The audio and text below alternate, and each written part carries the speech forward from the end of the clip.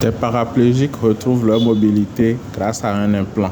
Des chercheurs suisses ont réussi à redonner l'usage de leurs jambes à 3 paraplégiques en stimulant leur moelle épinière. Un véritable exploit.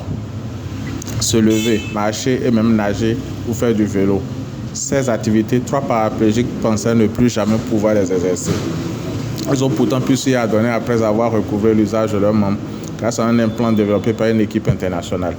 L'équipe menée par le neuroscientifique Grégoire Coutine et la chirurgienne Jocelyne Bloch de l'École polytechnique fédérale à Lausanne, EPFL en Suisse, n'en est pas à sa première réussite. Fin 2018, l'image avait fait le tour du monde.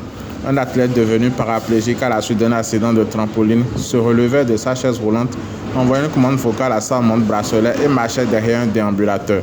Nous avions détourné l'utilisation d'un implant initialement développé pour traiter les douleurs chroniques, explique Salif Komi, chercheur de l'EPFL. Même si ce dispositif n'était pas particulièrement adapté pour activer les fibres nerveuses responsables de l'activité motrice, il avait permis à 3 paraplégiques avec des lésions incomplètes de la moelle épinière de remarcher. Les scientifiques sont donc allés plus loin. Ils ont développé un nouvel implant muni de 16 électrodes plus longues et plus larges pour accéder à plus de muscles et délivrant de courtes impulsions électriques. L'implant a été placé au niveau du thorax ou sous les vertèbres, précise le neuroscientifique, et les électrodes ont été positionnées sous la lésion pour cibler précisément toutes les régions de la moelle épinière capables d'activer les muscles du tronc inférieur et des jambes. Relié à un neurostimulateur situé dans l'abdomen, l'implant crée une sorte de pont qui reconnecte les parties en amont et en aval de la lésion.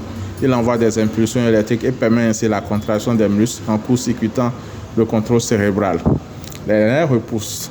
3 personnes souffrant d'une lésion complète de la moelle épinière ont été opérées pour bénéficier de ce dispositif. Munis de tablettes disposant de programmes de stimulation spécifiques à chaque activité motrice permettant la contraction de tel ou tel muscle, elles ont retrouvé la sensation de leurs jambes et fait leur premier pas, certes encore hésitant en une journée seulement. Mais marcher, se tenir debout, nager leur a demandé plusieurs mois d'entraînement de stimulation. Et l'une d'elles a même pu marcher 1 km sans interruption. Mieux, à la grande surprise des scientifiques, après plusieurs mois de rééducation, les 3 patients ont aussi été capables de mouvements sans plus aucune stimulation venant de l'implant.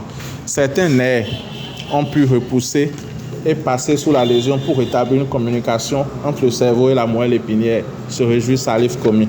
La technologie doit encore faire l'objet de larges essais cliniques. Les scientifiques prévoient aussi de miniaturiser le stimulateur pour être contrôlé à l'aide d'un smartphone. Et un autre défi serait d'associer à ce système un autre implant placé à la surface du cerveau pour, cette fois-ci,